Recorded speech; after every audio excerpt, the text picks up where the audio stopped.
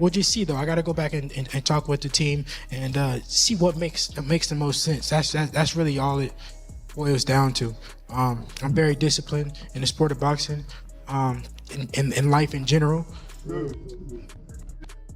It's getting to that point, but if it makes sense, it makes sense. The numbers, I know when the numbers come out, the numbers did very well. Gate did very well. I proved that I'm a draw in the sport of boxing. I proved that the people want to see me. They come out, they support. The same thing that we talked about we were going to do in the DMs before you picked Jermaine. 2026, we're doing it. Promise? Remember, you promised. You're the promoter. Well, I got you. Listen, in the DMs, I got your word on it. All right, just stand on it. Say, look, handle that business, okay? I don't know. You know what I mean? You know, Devin's season. I just seen something the other day. Keyshawn was saying it like, you know what I mean? He was calling Devin out when he knew he wasn't even ready. You know what I mean? He was calling Devin out when he was 5-0, knowing he wasn't ready. So that season just... Devin Haney calls out Keyshawn Davis to finalize their contract, promising to dismantle him with overwhelming force and complete authority. Come out swinging, come out wild like he does, but you know, I'm gonna break him down. I'm gonna crush him. I'm gonna step on him. Years of intense bad blood have defined the relationship between Keyshawn Davis and Devin Haney, with both fighters driven by deep pride and an unrelenting competitive spirit. I was always around Shakur as an amateur and shit. So Shakur introduced me to Floyd, Devin Haney, all that type of shit. So there's a hell of times I'm around Devin Haney and we 24 fitness playing basketball, regular shit before niggas became celebrities type shit, or just who we are today. And it just never showed. Nigga never even looked me in my eyes. Nigga never showed me respect. Like nigga never. Shakur always like, yo, this nigga Keyshawn, this, that, third. He be like, for real? That nigga still a kid. And like, he just never gave me my respect. He sunned you. You know what I'm saying? So it's like, nigga, you know goddamn well, now I'm here, nigga. And everything Shakur been saying, nigga, I lived up to it and then some. What you talking about? And he still, like, his father used to, it's crazy because my beginning of my professional career, his father used to be like, oh, shit, the businessman. According to Keyshawn Davis, facing an opponent who used performance-enhancing drugs transformed his perspective on boxing and revealed that Devin Haney lacks true toughness when tested. He fought a guy with steroids and it changed his whole career. It changed how he talked, it changed everything. So us seeing Devin Haney doing all of this with a person that had 0.1 estrogen, and we all seen that Ryan Garcia was still in there getting tired. It's like, bro, I'm sorry, there's no other word to put this. You're a bitch. Excuse my language. That's how I feel. You're soft. You do not take your L's. You a person that been given everything all your life, a daddy's boy, making sure you've been straight all your life, and now you took your first loss. I feel like you don't really not take it. Granted, I wasn't in there fighting Ryan Garcia, but you asked me how I feel. You done took it always to suing and all that extra shit. I feel like, bro, you soft, bro. Keyshawn Davis continues his impressive run following his commanding performance against Jermaine Ortiz, positioning himself perfectly for the highly anticipated showdown with Devin Haney. Keyshawn Davis goes out and dominates Ortiz, beats him pillar to post, and knocks him out in the 12th round. 11th round body shot put him down, 12th round body shot took him out. I was really impressed with Keyshawn that night. How about you? Yeah, no, I was impressed because Ortiz was a handful. And I think that's the best I've seen Ortiz fight. We know that he's a championship spoiler, right? If you're not careful with guys like Ortiz, they can win quiet rounds, and next thing you know, you're in trouble in the later part of the rounds. This fight could have turned out that way, but Keyshawn never allowed Ortiz to play the spoiler, and he closed the show. If Keyshawn wouldn't have got that knockout in the end, then I probably would have picked apart that performance a little bit and been like, you know what, man? Keyshawn wasn't at his absolute best. He could have done this. He put it in another gear. It was a big moment, a big stage, but he closed the show, and he never let the spoiler play his role. Shakur Stevenson offered high praise for Keyshawn Davis, explaining that while he's trained his brother and numerous other fighters, none have reached Keyshawn's exceptional skill level. It's like this, right? It's kind of, I'm not going to say it's kind of unfair.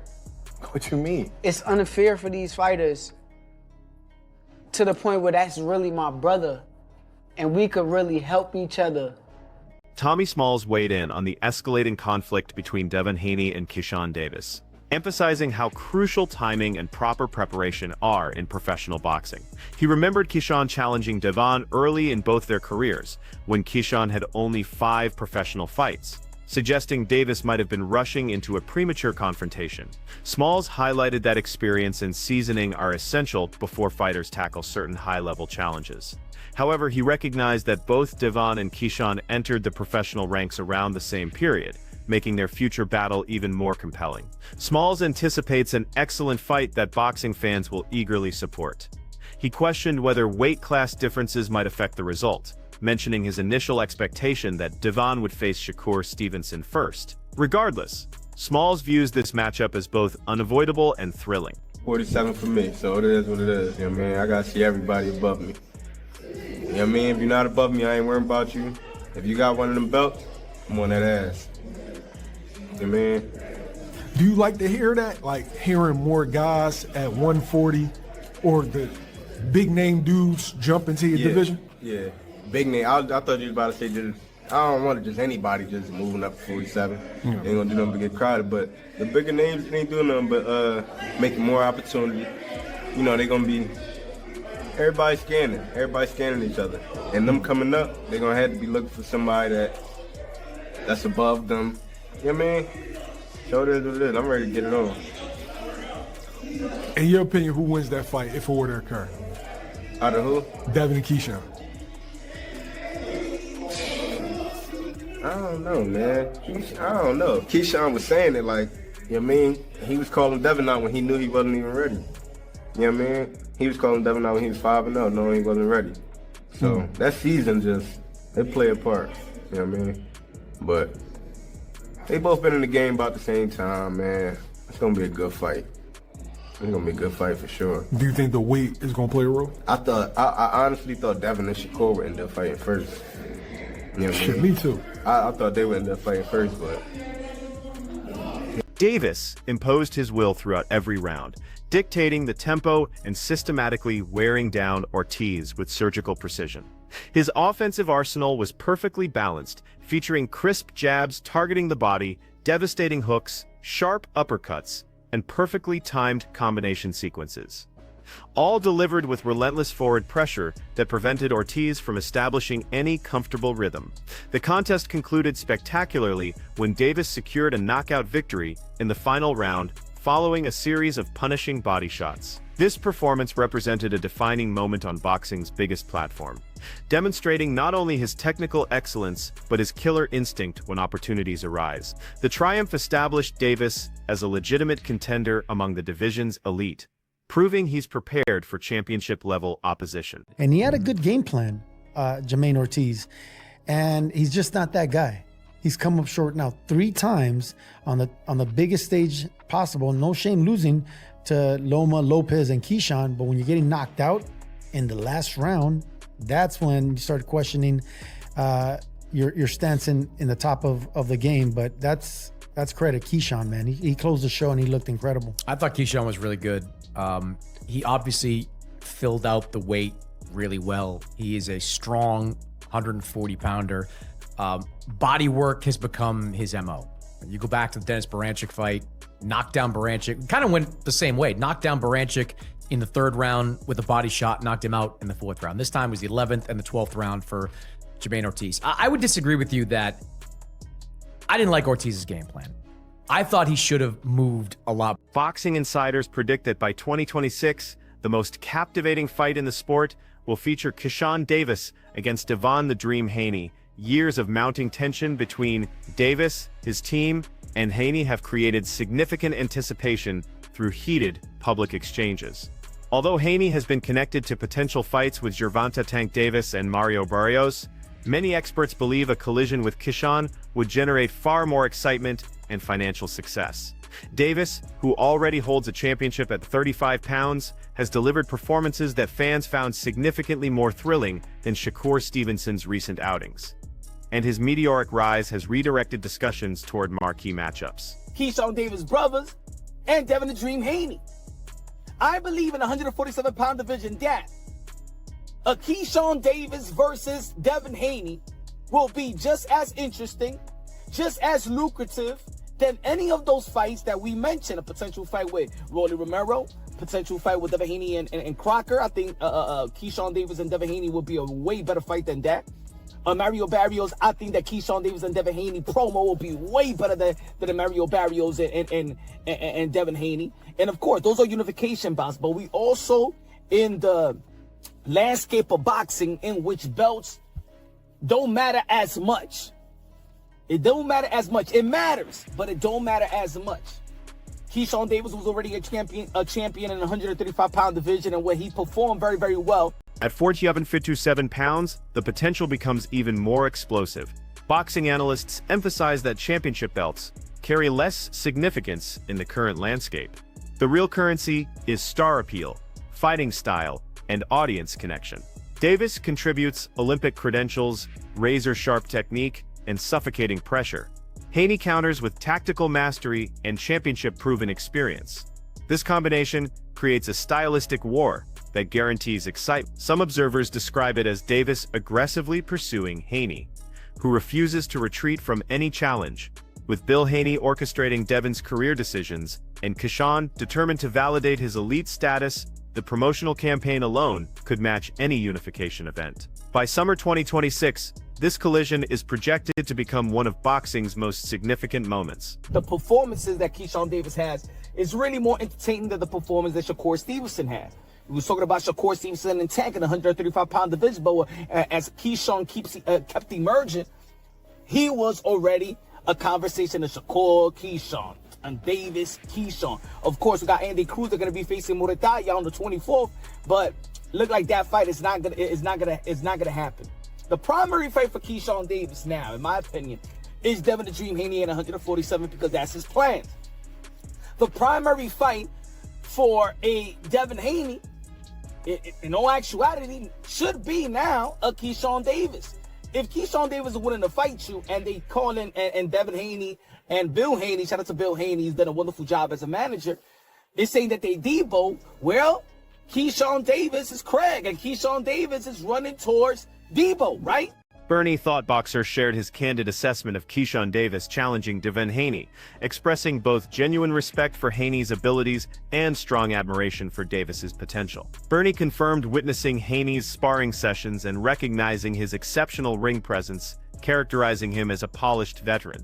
Nevertheless, when pressed for his prediction, Bernie supported Davis. He highlighted that Davis's aggressive approach, his ruthless mentality, and his finishing instinct make him particularly dangerous. Combining lightning-fast hand speed, intelligent punch selection, and a willingness to engage in heated exchanges, Davis possesses an intensity that Bernie believes could prove decisive. You know, he's a seasoned pro in there, so, you know, it's a great fight. I want to see the fight, but I'll favor Keyshawn just on the strength that I love how Keyshawn fights.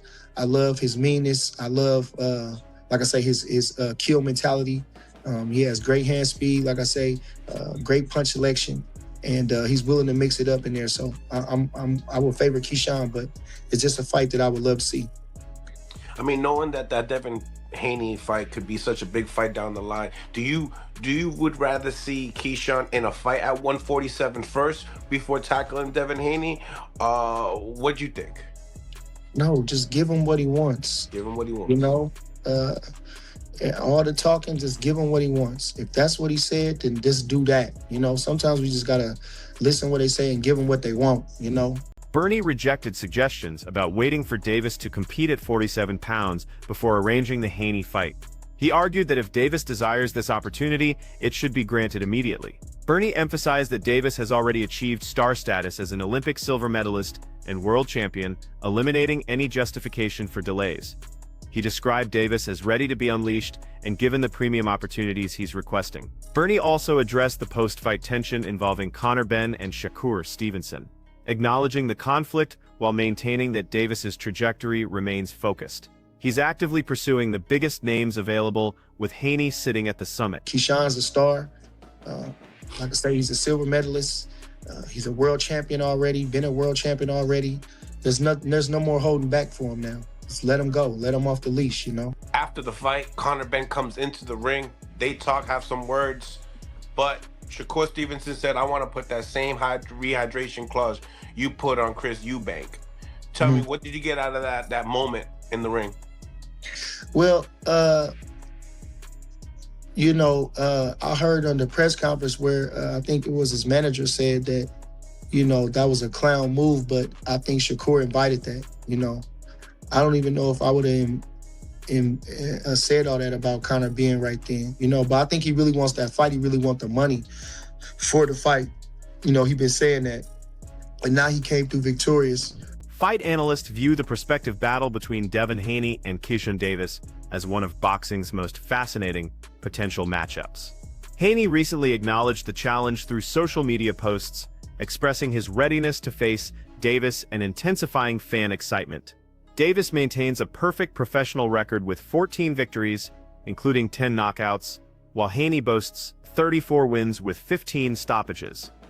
These statistics showcase Haney's extensive experience and activity level, though Davis's punching power emerges as a critical variable. In terms of physical attributes, Haney holds marginal advantages in height and reach, measuring 5 feet 9 inches with a 72-inch reach versus Davis at 5 feet 8 inches with a 70-inch reach. Experts believe Davis brings superior knockout ability, while Haney's advantages include defensive mastery, effective jabbing, and superior distance management. Following Davis's recent triumph over Jermaine Ortiz, some analysts suggest Haney's technical skills would counter Davis's aggressive approach, creating a supreme tactical confrontation. Devin Haney took to social media and responded, and he said, Keyshawn, as you can see here, let's do it. Let's make it happen.